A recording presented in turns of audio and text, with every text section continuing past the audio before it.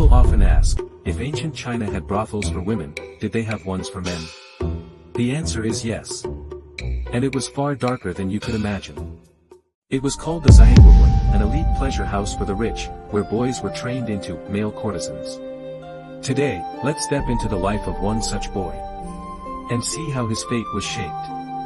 You were born beside a dog's nest, your first breath taken in a pile of filth. Your mother, a low-ranked courtesan, was used only by men with strange preferences. One night, a poor scholar paid 2 taels, saying he liked something different. That something was you. At 7, a street thug tricked you with food. And sold you into the Zhangguogun for 50 copper coins. The manager inspected you and said, thin bones, good material. You didn't understand. Until they stripped you. And threw you into a vat of herbal water.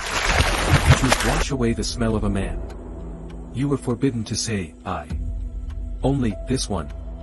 Forbidden to be loud, forbidden to be standing up. You had to cover your mouth when you laughed, walk without a sound.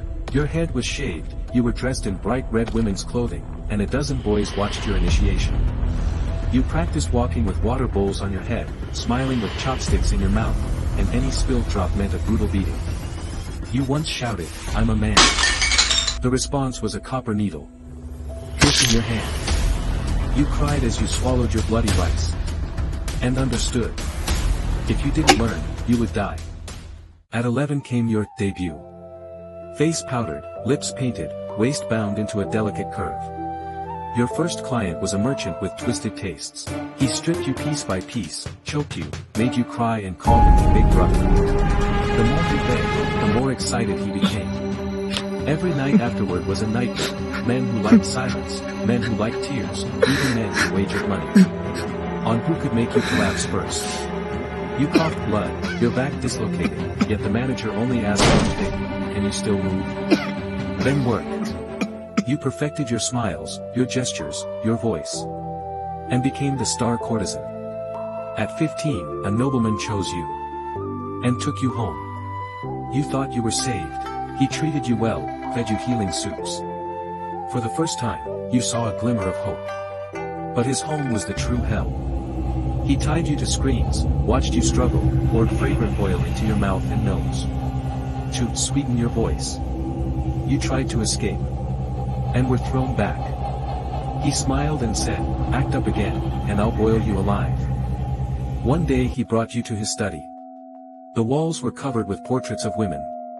Some smiling seductively, some curled in pain, some laughing like they'd gone mad. He proudly said. They were all his creations. Then you saw her. A wild-eyed, broken woman. Hair messy, smile twisted.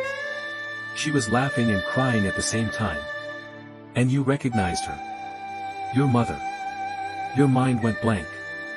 You stepped back, 1 step, 2 steps. Then you laughed until tears poured down. And suddenly, you lowered your head.